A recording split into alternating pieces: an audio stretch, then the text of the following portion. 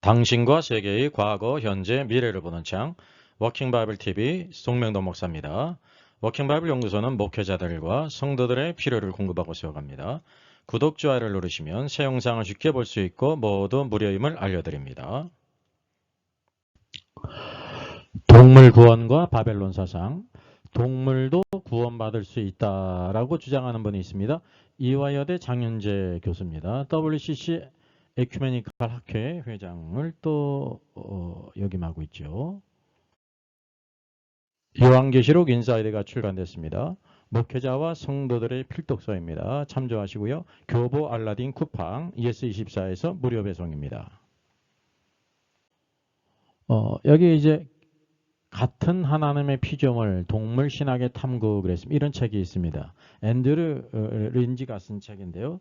특별히 이 책을 이제 무엇을 주장하냐면 인간만 구원할 수 있는 게 아니라 동물들도 구원받을 수 있다라고 주장합니다.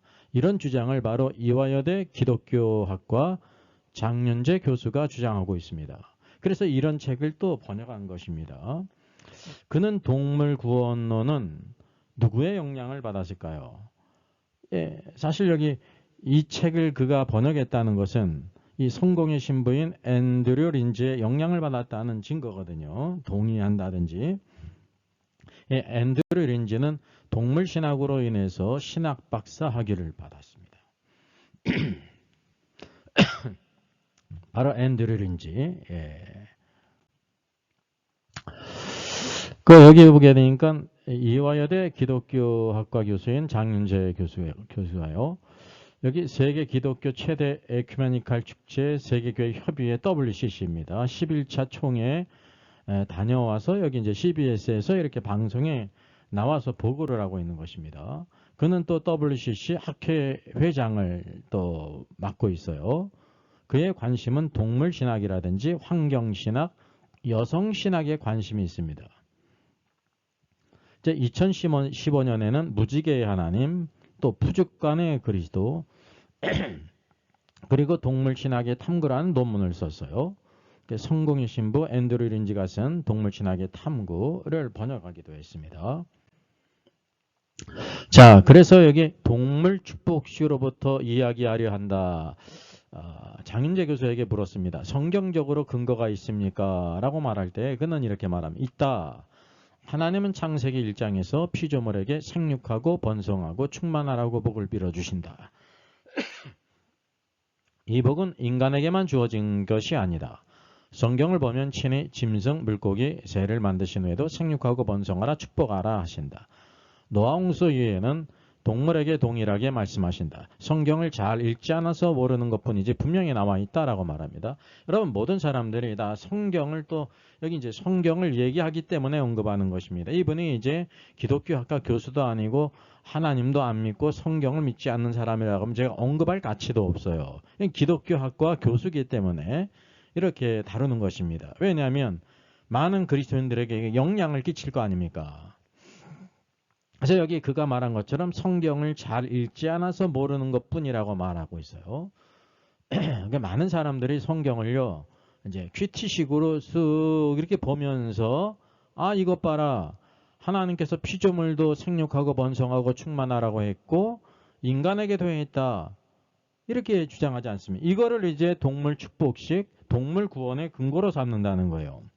그러니까 대부분 모든 것이 틀리는 경우는 없고요. 10%라도 5%라도 맞는 부분은 있어요. 자, 여기 보십시오.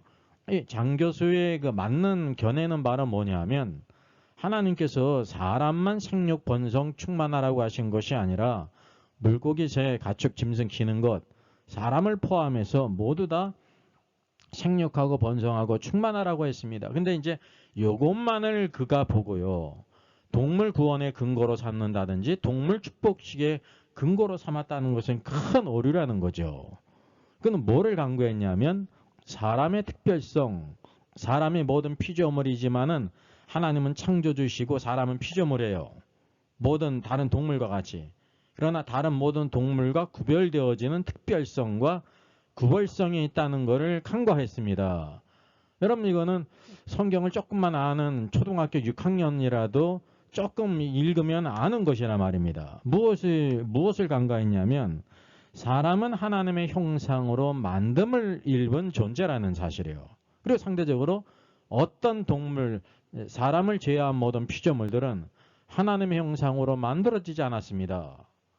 그리고 또 하나 언급한다고 하면 하나님께서는 창세기 2장에 있는 것처럼 사람을 흙으로 만드시고 그리고 생기를 불어넣어서 사람이 살아있는 혼이 됐다고 말해요. 개역개정에서 생명이 됐다 그러는데 오역이에요. 살아있는 리빙 소울이 되었다라고 말합니다. 그래서 사람만이 영과 혼과 몸을 가지고 있어요. 이게 아주 유일하다는 사실이죠. 그리고 뿐만 아니라 장 교수가 간과한 것은 이 모든 피조물들을 다스리고 정복하게 하는 권세를 누구에게 주었냐면 사람에게, 아담에게 줬다는 거예요. 아담이라는 것이 사람이라는 뜻입니다. 사람에게 유일하게 줬다고 하는 사실이지요. 자, 장인재 교수의 창조에 대한 오류가 뭔지를 한번 벤 다이어그램으로 우리가 찾아보겠습니다. 그가 주장하는 것처럼 사람을 비롯해서 모든 피조물, 물고기, 조류, 짐승, 가축, 기는 것들 모든 것들 이제 생육하고 번성하라, 충만하라 그랬습니다. 이게 다 뭐냐면 살아있는 모든 것들, 이 살아있는 모든 피조물들은 생명의 근원이신 하나님께로부터 피조가 되었습니다. 그래서 생명의 하나님은 모든 것을 이렇게 축복하신다는 거죠. 번성하도록. 그리고 이제 장 교수가 이렇게 간과한 것은 바로 뭐냐면 아담의 특별성, 사람의 특별성을 간과했어요. 사람에게는 특별히 하나님의 형상으로 만들고 영과 혼과 육이 있지 않습니까? 몸이 있지 않습니까? 그리고 모든 피조물을 다스리고 정복하라고 하는 왕권을 주신 거예요. 왕. 이 모든 것들을 다스리는 권세를 사람에게 줬다고 하는 사실이죠. 그래서 이 일반적인 공통점을 빌어서 이와 같이 이제 동물 구원이라든지 동물 축복의 근거로 삼는 것은 얼마나 허접합니까? 무엇을 강구했냐면 사람의 특별성을 강구하고 동일한 것으로만 봤단 말입니다. 예? 피조물이라는 면에서는 사람이나 짐승과 물고기와 똑같아요. 하나님만이 창조주세요. 근데 피조물도 그 모든 것이 다르다는 것을 여러분 아셔야 돼요. 이 모든 것을 종류대로 만드셨는데 어떤 것을 이렇게 만드셨냐면 먼저 물고기를 만드세요. 이게 생명도 이게 쭉 있는 것처럼 생명이 낮은 것으로부터 높은 곳에 이르는 이 순서를 가지고 만들었다는 것을 알아야 합니다. 이제 모든 종류가 있습니다. 그래서 이제 조류가 물고기를 이렇게 잡아먹지 않습니까? 생태계 가운데. 그 높다는 거예요. 더 조류가. 짐승이 있고 가축이 있고. 그리고 가장 높은 것이 사람이라고 하는 사실이죠. 한번 비유를 한번 들어보겠습니다. 장인재 교수는 이제 어떻게 주장하는 것과 같냐면 부모와 자녀들은 하나님의 동일한 형상이고 또 동일한 인권을 가졌기 때문에 동등하다라고 주장하는 것과 같아요. 근데 뭐를 간과했냐면 부모의 특별성, 부모의 구별성을 간과했다는 사실입니다. 여러분, 부모는 자녀들의 근원이에요. 그래서 하나님을 알지 못하는 사람들조차도 이 모든 것을 부모로부터 받았기 때문에 소중히 여기지 않습니까? 그래서 자녀들의 근원일 뿐만 아니라 부모에게 자녀들을 이렇게 양육하는 권세를 줬습니다. 물론 부모의 모든 것은 자녀를 위한 것이지만 권리, 이 자녀들을 양육할 수 있는 권리는 부모에게 주어진 거예요. 그래서 가정의 중심은 부모지 자녀가 아니에요. 내용적으로는 부모가 자녀를 위하지만은 그 가정의 권위는 머리인 부모에게 있다는 사실이죠. 그래서 이제 부모와 자녀의 관계는 동일한 하나님의 형상이고 동일한 인권을 가졌습니다. 법적으로 동등한 것은 사실이지만 무엇으로 자녀들은 부모님을 공경해야 된다는 거예요. 부모를 순종하고. 그래서 성경에서 뭐라고 말씀하고 있습니까? 자녀들아 내 부모를 공경하라 그랬어요. 성경이 그렇게 말씀하고 있질 않아요. 장인재 교수는 뭐라고 말하고 있는 것 같냐면 부모들아 자녀를 공경하라, 내 자녀를 공경하라 이렇게 말하는 것 같다는 거죠. 여러분, 이 말씀이 자녀와 부모가 하나님의 형상이라는 걸 부인하는 게 아니고 법적으로도 동일한 인권을 가지고 있다는 것을 부인하는 것이 아니라는 거죠. 일반성을 가지고 특별성을 간과해버리면 큰 오류가 생긴다는 사실입니다. 또 장교수에게 또 질문했습니다. 인간만 구원받을 수 있는 게 아니라는 건가요? 그랬습니다. 우리가 흔히 갖고 있는 관념 아닙니까? 이건 말에 그렇다. 요한복음 3장 16절에는 하나님이 세상을 이처럼 사랑하사 독생자를 주셨다고 한다. 이때 세상은 헬라어로 코스모스다. 온 우주 만물을 뜻한다. 또 성경에 보면 하나님이 세상을 만드신 후 좋다는 말을 7번 하셨다. 마지막은 참 좋다고 했다. 여기 보게 되면요. 성경을 우리가 이렇게 보는 거예요. 이 장교수의 성경은 하나님께서 이 좋다는 말씀을 7번 하셨다고 그러지 않습니까? 제 성경은 7번이 아니라 6번이거든요. 왜 그런지 아십니까? 첫째 날 빛을 만드시니 하나님 보시기에 좋았다 말씀하셨는데 둘째 궁창을 나누실 때 좋았다는 말이 여러분 성경에 없어요. 그러니까 성경을 우리가 이렇게 그냥 실끝 본다는 거죠. 그냥 자동차를 타고 하면서 이렇게 경치를 보듯이 실끝 본다는 사실이죠. 그리고 마지막은 참 좋았다고 말했다. 맞아요. 그리고 아이를 낳은 어미가 자식을 보면서 너무 좋다고 말하는 것과 같은 거다 그랬습니다. 여러분 하나님께서 창조한 것을 우리 사람이 아이를 낳은 엄마가 자식을 보면서 너무 좋다라고 말하는 것과 같은 걸까요? 그래서 여기 어떤 결론을 냈냐면 자신이 배 아파 낳은 피조물인데 어떻게 구원하시지 않겠느냐. 이게 비유가 이렇게 정 엉뚱하게 한다는 사실입니다. 여러분 하나님께서 배가 아프셔가지고 모든 물고기들과 새와 짐승과 가축과 기는 것과 모든 것을 이렇게 낳았습니까? 심지어 사람도 하나님께서 배가 아파서 낳으신 거예요. 전혀 다르지 않습니까? 이렇게 성경의 많은 오류가 이런 이제 뇌피셜로 성경을로 생각하고 성경을 참고하지 않고 자신의 가진 기존 관념을 성경을 갖다가 이렇게 정당화하는 데 쓴다는 사실이에요. 여러분 성경에서 세상은 코스모스 맞습니다. 그래서 이제 일반적인 관점으로는 이 우주를 이렇게 가리킵니다. 이런 질서를 가지고 있는 우주를 가리켜요. 세계를. 근데 성경에서는 이 코스모스 세상의 의미가 어떤 의미냐면 하나님을 부인하고 대적하는 이 타락한 세상의 일정한 조직을 갖고 있거든요. 그래서 예수님께서도 요한복음 12장 31절에 이 세상 임금 마귀가 쫓겨간다 그랬잖아요. 이 세상 임금을 누구라고 말하고 있는 시저가 아니라 마귀라고 말하고 있습니다. 하나님을 대적하는 모든 사람들은 다 누구의 권세 아래 있냐면 마귀 아래 권세에 있다는 거 영적인 면을 우리에게 이렇게 보여주시는 것입니다. 하나님의 말씀을 예를 들어보겠어요. 디모데전서 2장 4절 하나님은 모든 사람이 구원을 받으며 진리를 아는 데 이르기를 원하시느니라 라고 말하고 있습니다.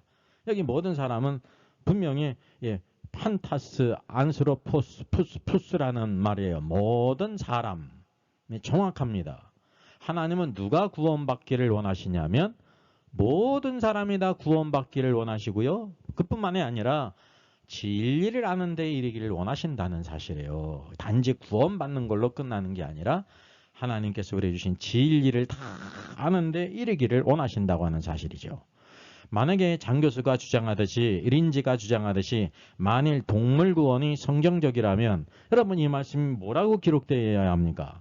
여러분 이렇게 기록되어야 돼요. 하나님은 모든 사람과 동물들이 구원을 받으며 진리를 아는 데 이르기를 원하시느니라. 이런 성경을 찾아볼 수 있을까요? 없을까요? 여러분 성경 66권은 모두 다 그 기자가 다르지만은 성령의 감동으로 기록되기 때문에 하나의 일정한 주제를 가지고 우리에게 하나님이 주시는 메시지를 주신 거예요. 만약에 그렇다고 하면 동물들도 구원을 받으니까 동물들에게도 복음을 전해야 되지 않습니까? 그 동물에게 복음을 전하려면은 동물들이 알아듣는 말을 해야 될 거 아니에요. 그러면 동물들의 말을 하는 사람이 이 지구상에 있습니까? 없습니까? 없잖아요. 그러면 초대교회 때 사도들이 동물들에게 복음을 전했어요? 전하지 않았어요? 전하지 않았다니까요. 그리고 또 진리를 아는 데 이르기를 원하시느라 그러니까 우리들이 이제 하나님 말씀을 동물들이 또 모든 진리의 말씀 계시록과 구원론과 모든 것들을 조직 신학을 비롯해서 성경이 말씀하고 있는 진리를 알 수 있는 그런 능력이 있어야 돼요. 근데 그런 능력이 있습니까? 없습니까? 없어요. 오직 사람만이라는 것을 우리가 알아야 되는 것입니다. 적어도 모든 성경을 몇 군데만 이렇게 적용해 보면 이것이 얼마나 잘못된 생각인지를 아는데 이게 일견 이렇게 말이죠. 사람만 번성하라 충만하란 것이 아니라 모든 동물들도 피조물도 그랬으니까 동물도 구원하신다라고 하는 이런 아주 해괴망측한 이론을 발생하는 것입니다. 여러분 성경이 말씀하는 세상의 의미가 있습니다. 세상이 코스모스거든요. 그래서 이런 것을 성경신학이라고 해요. 모든 신학의 기초가 성경신학이에요. 비브리컬 시올로지예요. 왜냐하면 성경 모든 곳에서 이 세상이라는 단어가 어떤 의미로 쓰여졌는가를 아는 것입니다. 요한복음 3장 16절에도 세상이 있지 않았습니까? 이제 요한복음 요한일서 2장 15절 17절이 아주 중요한 말씀, 대표적인 말씀인데 한번 보겠어요. 이 세상이나 그래서 이 세상은 톤 코스몬이에요. 코스모스를 이렇게 변형시킨 거죠. 또 이 세상에 있는 것들 또 코스몬 아닙니까? 코스모 사랑하지 말라. 세상이든지 세상에 있는 것들을 사랑하지 말라는 거. 이게 적극적인 의미일까요? 부정적인 의미? 부정적인 의미예요. 누구든지 세상을 사랑하면 아버지, 하나님 아버지의 사랑이 그 안에 있지 않다라고 말하고 있습니다. 오직 하나님 아버지만을 사랑해야 되는데 이 세상이 아버지의 사랑을 뺏어간다는 거 지금 대적하고 있다는 거예요. 그래서 이는 세상에 있는 모든 것이 무엇이냐면 육신의 정욕과 안목의 정욕과 이 세상의 자랑이니 다 아버지께로부터 온 것이 아니라 세상으로부터 온 것이라. 그래서 이 세상의 근원이 아버지가 아니라는 거예요. 세상에 있는 것들이 다 세상에 있는 것들은 아버지께로부터 온 것이 아니라 세상으로부터 왔다는 거죠. 이게 이 세상은 일정한 체계를 가지고 있는 조직체예요. 어떤 조직체냐면 하나님을 대적하는 문화와 여러 가지 많은 전통과 습관과 그런 것들을 가지고 있다는 거죠. 그래서 이 세상 임금을 마귀라고 말한 것입니다. 17절 이 세상도 그래서 이 세상도 코스모스 정욕도 그랬어요. 정욕은 여기 뭐라고도 번역될 수가 있냐면요. 충동이라고도 번역될 수가 있어요. 그러니까 위에 있는 말씀 이 세상에 있는 모든 것이 육신의 정욕과 육신의 정욕은 우리 안에 있지 않습니까? 그래서 육신의 충동과 육신을 충동시켜가지고 죄를 짓게 한다는 거죠. 안목의 정욕, 안목을 통해서 보는 것을 통해서 충동을 일으켜가지고 죄를 짓게 하든지 이 생에 자랑하는 것들, 쓸데없는 것들을 이 세상으로부터 온다는 사실이죠. 이 모든 정욕이 다 지나간다는 거예요, 여러분. 그래서 여기 그 정욕 그랬는데 우리말 성경은 그 정욕 그랬는데 원문에서는 여기 맨 뒤에 아우트가 있지 않습니까? 아우트는 그애라는 뜻입니다. 예, 그애가 바로 누구냐면 세상을 가리키는 거예요. 세상의 정욕도 말이죠. 이 세상도 그의 정욕도 세상의 정욕, 세상의 충동도 지나가되 다 그냥 지나가고 만다는 거예요. 그런데 오직 아버지의 뜻을 행하는 자는 영원히 구하느니라 하면서 아버지를 사랑하는 것과 세상을 사랑하는 것을 대조적으로 보여주고 있습니다. 이 세상은 오늘도 하나님의 사랑을 빼앗아가는 악한 것이라는 것을 우리에게 보여주고 있어요. 누가 성경을 보더라도 이 세상에서 좋은 의미를 추출해낼 수 없다는 거예요. 여기 보면 이 세상도 그의 정욕도 이 세상의 정욕, 세상의 충동이 있습니다. 그리고 여기 뭐가 있냐면 하나님 아버지가 있고 하나님 아버지의 뜻을 행하는 자가 되기를 원하신다는 사실이죠. 이 두 개가 이렇게 대립되고 있는데 이 세상을 사랑하는 것은 하나님 아버지와 하나님 아버지의 뜻을 행하는 것과 아무 관계가 없다는 거예요. 근원이 다르기 때문에 근원이 달라요. 그리고 또 중요한 것은 이 세상을 사랑하는 것이 하나님 아버지를 사랑하는 것을 빼앗아 간다는 사실이죠.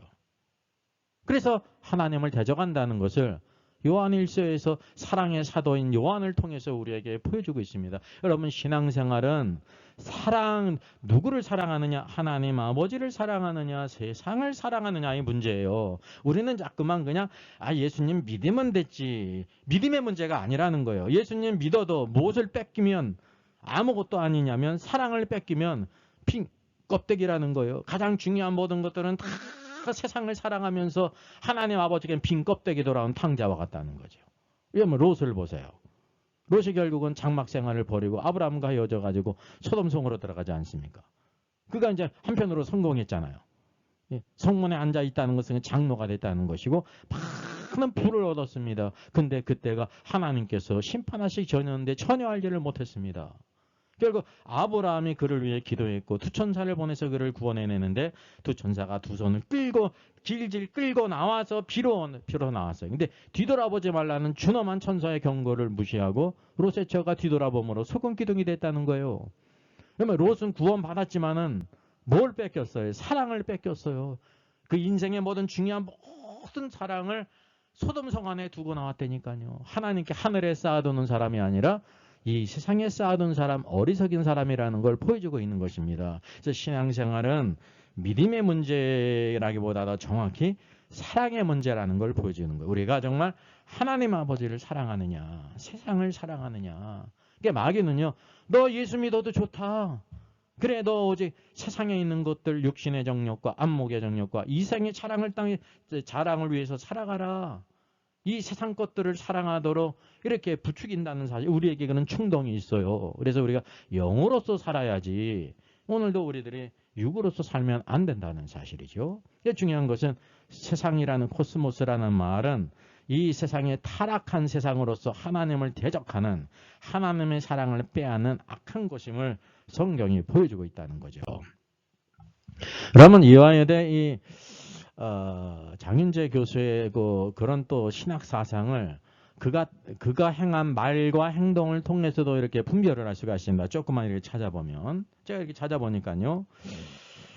여기 뭐를 했냐면 성소수자와 목회, 성소수자가 이제 동성애자들이잖아요. 그래서 이게 무지개 목회를 향하여 그랬어요. 무지개 목회가 성소수자들을 잘 이렇게 양육해야 된다는 것입니다. 이게 누가 한 것이냐면 여기 글자 나오지 않습니까? 여기 오시는 분 강사가 임보라 목사예요. 섬돌 향림교회 아주 유명하죠. 동성애자들을 축복하고 앞장서 가지고 한 사람이 임보라 목사 아닙니까? 근데 이제 이화여대 신학대학원 주최로 대학교 교회에서 국내에서 동성애를 옹호 조장하는 목사로 유명한 섬돌 향림교회 임보라 목사를 초청해서요. 무지개 동성애 목회를 향하여라는 주제로 이게 설교를 하게 했어요. 여러분, 한국 소재 신학대학원에서 성경을 부인하는 동성애를 주장하는 목사를 초청해 강연한 것으로는 이게 최초일 거예요. 근데 여기 앞장선 사람이 누구냐면 이재영 교수, 이화여대의 이재영 교수가 여성과 성교라는 강좌가 있었는데 거기에 임보라 목사를 이렇게 초청한 거예요. 그러니까 이 사람의 사상도 동성애 사상이죠. 그리고 이제 이게 혼자 그렇게 제안을 했을 뿐만 아니라 어디를 통과했냐면 신학대학원 원장이 박경미 교수고요. 여기 오늘 나와 있는 것처럼 장윤재 교수가 신학대학원 부원장인데 여러 교수들과 함께 해가지고 임보라 목사 이렇게 동성애를 주장하고 찬동하는 이런 목사를 이제 이렇게 신대원 강좌에 세울 것인가 말을 것인가를 결정하는데 이 교수에 참석한 모든 사람들이 찬성을 해가지고 이렇게 결정을 내렸다는 것입니다. 그러니까 이제 장윤재 교수는 동성애에 우호적인 적어도 견해를 가진 사람이죠. 그게 미니멈 아닙니까? 아주 적극적으로 찬성하는지는 제가 모르겠어요. 근데 이것을 통해서 동성애에 우호적인 견해를 가졌잖아요. 그러니까 성경의 권위를 인정하고 성경이 동성애를 죄라고 말하고 있는데 성경을 믿는 사람이라고 하면 그것을 이렇게 반대했을 거 아닙니까? 이게 바로 이화여대 신학대학원의 영적인 상태라는 거예요. 여러분, 미국의 하버드 대학이 있는데 그게 이제 청교도들이 하버드 대학을 세우지 않았습니까? 맨 처음에는 뉴 칼리지라고 세웠다가 나중에 이제 하버드 목사님 그 이름을 따가지고 하버드 대학이라고 했는데 복음으로 시작해가지고 인본주의 신학의 산실이 되지 않습니까? 예? 스크랜턴 선교사님이 이렇게 세우니 이화여대가 오늘날 세월이 흘러가지고요. 이와 같이 세속주의 이 바벨론 사상에 물들어가지고 신학대학원에서 동성애 성경을 이렇게 거부하는 성경의 가르침을 반대하는 동성애를 찬성하는 목사를 이렇게 세울 수 있을 정도로 이렇게 타락했다는 사실이에요. 이게 바로 장윤재 교수의 영적인 단면이라는 사실이에요. 그의 신학사상. 여기 뭐 박경민 교수도 마찬가지고 이재원 교수도 마찬가지고. 그리고 여기 이제 어떤 교수님이 반대하는지는 모르겠어요. 그러나 묻혔죠. 어쨌든 주류가 뭐냐면 이화여대를 이렇게 사로잡고 있는 것이 뭐냐면 동성애에 찬성하는 이 임보라 목사를 강단에 세우는 데다 이렇게 찬성을 했다는 거예요. 대다수가. 우리가 또 뭐를 통해서 하냐면 그러면 동물 축복론자들 동물과 사람은 공평하다는 것입니다. 공평하다는 말은 평등하다는 뜻일 거예요. 그래서 성공회대 반려동물 축복식을 하지 않습니까? 여기 하고 있는데 대한성공회 광명교회 민숙희 사제가 여기 이제 동물들을 이렇게 축복하고 있지 않습니까? 그러면 서울 광장에서 벌어진 그 퀴어 축제에서 동성애자들을 이렇게 축복한 사람이에요. 그러니까 이제 동물 축복식과 동성애를 축복하는 것과 이렇게 상관관계가 있다는 것을 우리가 알게 되지 않습니까? 여기 뒤에 이제 가려진 사람은 임보라 목사예요. 섬돌 향림교회. 여기 이화여대에서 이렇게 이제 동성애자들을 어떻게 목회할 것인가, 무지개 목회를 할 것인가 강연을 한 사람. 동성애 결혼을 주례하고 퀴어 축제에 참석한 모든 사람을 축복하는 사람. 동성애는 죄가 아니라고 주장하는 사람이 목사라니까요. 그리고 여기 이제 통합실 교회인데 동물과 함께하는 교회 임소연 목사요. 여기도 동물 축복식에 참여했어요. 이분은 이제 동성애에 대해서 찬성하는지 안 하는지 제가 아직 찾지를 못해서 그런 것은 아직 모르겠습니다.